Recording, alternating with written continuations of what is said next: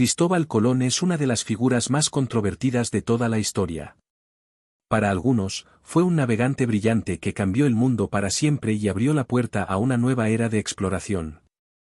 Para otros, fue el responsable de iniciar uno de los periodos más oscuros de la historia, marcado por la conquista, la explotación y el sufrimiento de millones de personas. Más de 500 años después de su viaje, la discusión sigue más viva que nunca. Hay ciudades que levantan estatuas en su honor mientras otras las derriban. Hay quienes lo consideran un héroe y quienes lo ven como un villano. Pero la pregunta es mucho más compleja de lo que parece. ¿Fue realmente Cristóbal Colón un explorador que buscaba nuevas rutas para conectar el mundo? ¿O fue un conquistador que abrió la puerta a la colonización y la destrucción de pueblos enteros? La respuesta no es tan sencilla.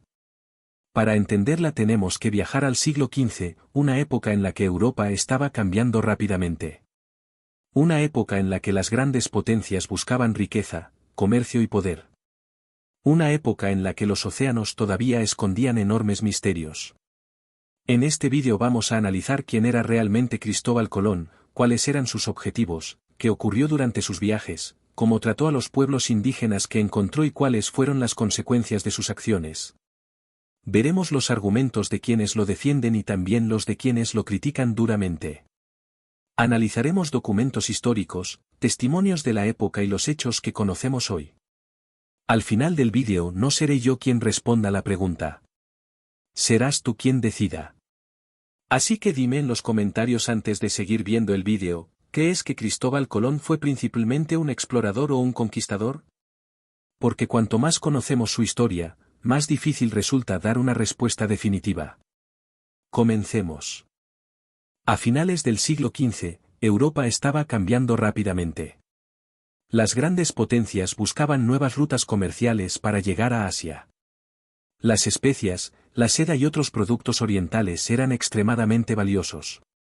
Sin embargo, las rutas tradicionales estaban controladas en gran medida por intermediarios que encarecían enormemente estos productos. En aquella época, llegar a Asia significaba riqueza. Portugal estaba explorando la costa africana en busca de una ruta marítima que permitiera rodear África y alcanzar la India. Mientras tanto, Cristóbal Colón tenía una idea diferente. Colón creía que era posible llegar a Asia navegando hacia el oeste a través del Océano Atlántico. Hoy sabemos que entre Europa y Asia se encuentra el continente americano, pero Colón no lo sabía. De hecho, murió convencido de que había llegado a las proximidades de Asia. Esta es una cuestión fundamental para nuestro debate. Los exploradores suelen definirse como personas que se aventuran en territorios desconocidos para ampliar el conocimiento geográfico o encontrar nuevas rutas. Y en ese sentido, Colón encaja perfectamente. Se lanzó a cruzar un océano que para los europeos representaba un enorme desafío. Convenció a los reyes católicos, reunió una expedición y emprendió un viaje extraordinariamente arriesgado. El 3 de agosto de 1492 partió del puerto de Palos con 3 embarcaciones, la Niña, la Pinta y la Santa María. Durante semanas navegó por aguas desconocidas. La tripulación comenzó a inquietarse. Muchos marineros temían que jamás regresarían. Sin embargo, el 12 de octubre de 1492 divisaron tierra.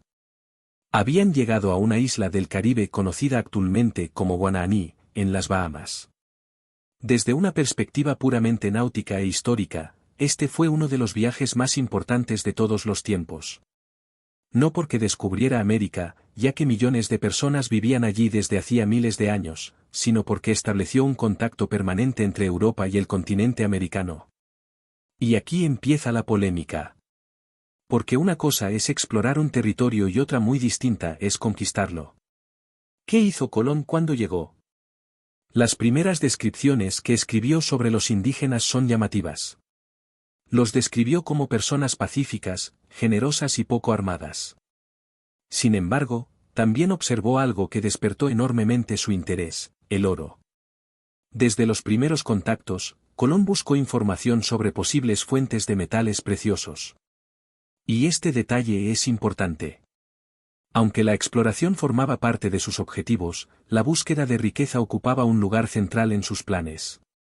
Los reyes católicos habían financiado la expedición esperando beneficios económicos. Por tanto, Colón tenía la obligación de encontrar recursos valiosos. Tras regresar a España, fue recibido como un héroe. Su éxito provocó una enorme expectación. Muy pronto se organizó una segunda expedición.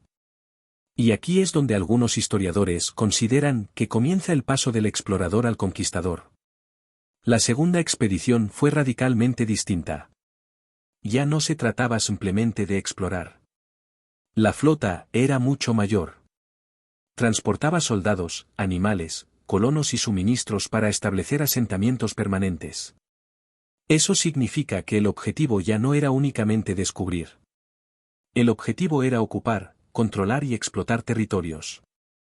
Durante esta etapa comenzaron a surgir conflictos cada vez más graves con las poblaciones indígenas. Los europeos se exigían tributos. Buscaban oro. Establecían sistemas de control sobre la población local. Quienes no cumplían las exigencias podían sufrir castigos extremadamente duros. Diversos documentos históricos describen situaciones de violencia, esclavización y abusos. Uno de los testimonios más conocidos procede de Bartolomé de las Casas, quien denunció los malos tratos sufridos por muchos indígenas durante los primeros años de presencia española en América. Sin embargo, también es importante señalar que los historiadores debaten sobre la magnitud exacta de algunos acontecimientos y sobre la fiabilidad de ciertas fuentes. La historia rara vez es completamente blanca o completamente negra. Ahora bien, para responder a nuestra pregunta debemos entender qué significaba ser un conquistador en el siglo XV. Cuando pensamos en conquistadores solemos imaginar figuras como Hernán Cortés o Francisco Pizarro. Estos hombres dirigieron campañas militares destinadas explícitamente a someter grandes imperios. Colón nunca hizo algo comparable. No lideró la conquista de los aztecas. No destruyó el imperio inca. No organizó grandes campañas militares de expansión territorial. Por esa razón, algunos historiadores sostienen que llamarlo conquistador es técnicamente incorrecto. Según esta visión, Colón fue principalmente un navegante y explorador. Las conquistas vendrían después. Pero existe otro argumento.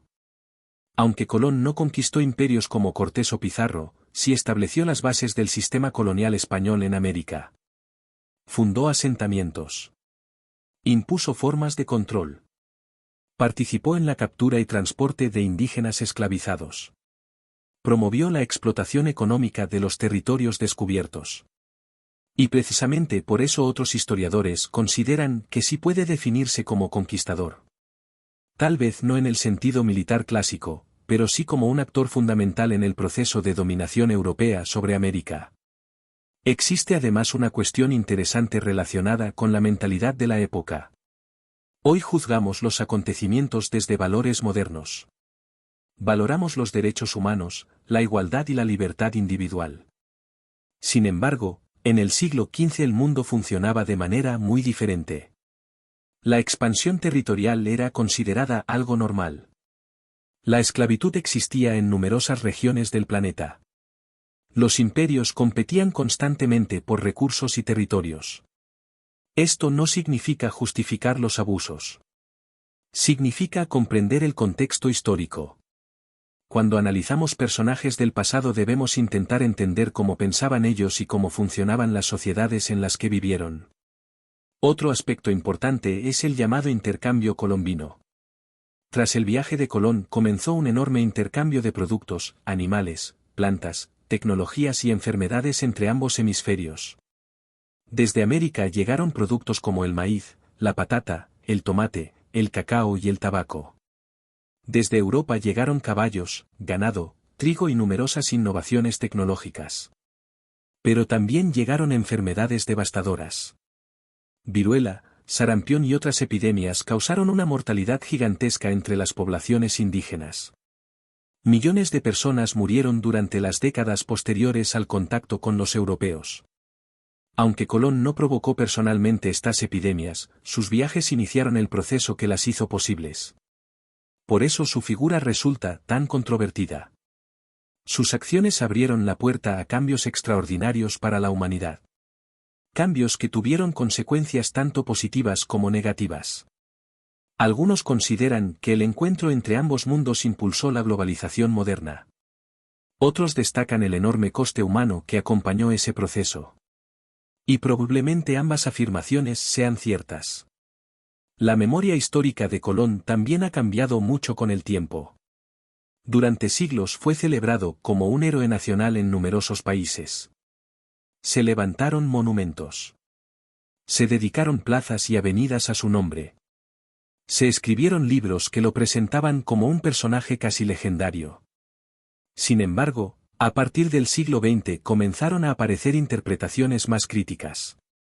Muchos investigadores analizaron documentos históricos que mostraban aspectos menos conocidos de su actuación.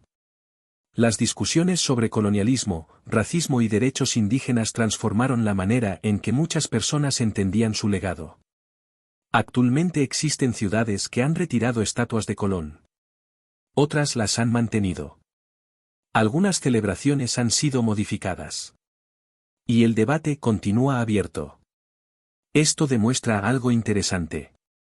La historia no consiste únicamente en estudiar el pasado.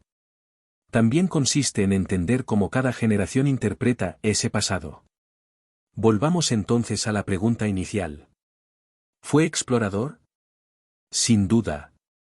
Su travesía del Atlántico cambió el conocimiento geográfico del mundo y abrió una nueva era de exploración. Sin esa expedición, la historia global probablemente habría seguido un camino muy diferente. ¿Fue conquistador? La respuesta depende de cómo definamos el término. Si entendemos conquistador como alguien que dirige grandes campañas militares para someter imperios, quizá no encaje completamente en esa categoría. Pero si consideramos conquistador a quien participa activamente en la ocupación, control y explotación de territorios y poblaciones, entonces existen argumentos sólidos para incluirlo. Tal vez el error esté en intentar elegir una sola etiqueta. Los personajes históricos complejos rara vez encajan perfectamente en una única definición. Cristóbal Colón fue navegante, explorador, administrador, colonizador y protagonista de un proceso histórico inmenso cuyas consecuencias todavía influyen en nuestro mundo. Reducirlo únicamente a héroe o únicamente a villano simplifica demasiado una realidad mucho más compleja. Cierre. Después de analizar su vida y sus acciones, podemos concluir que Cristóbal Colón fue, sin duda, un explorador. Cruzó el Atlántico cuando muy pocos se atrevían a hacerlo y protagonizó uno de los viajes más trascendentales de la historia. Pero también es cierto que sus expediciones no se limitaron a la exploración. Contribuyeron al establecimiento del dominio europeo en América y participaron en dinámicas de explotación que marcarían siglos de historia. Por eso, quizás la mejor respuesta a nuestra pregunta no sea elegir entre explorador o conquistador. Quizás la respuesta más precisa sea que fue ambas cosas. Un hombre de su tiempo que abrió una puerta gigantesca entre dos mundos y cuyas decisiones generaron avances, intercambios, conflictos y tragedias que todavía seguimos estudiando más de 500 años después. Y precisamente por eso, porque sigue provocando preguntas y debates, Cristóbal Colón continúa siendo una de las figuras más fascinantes y discutidas de toda la historia.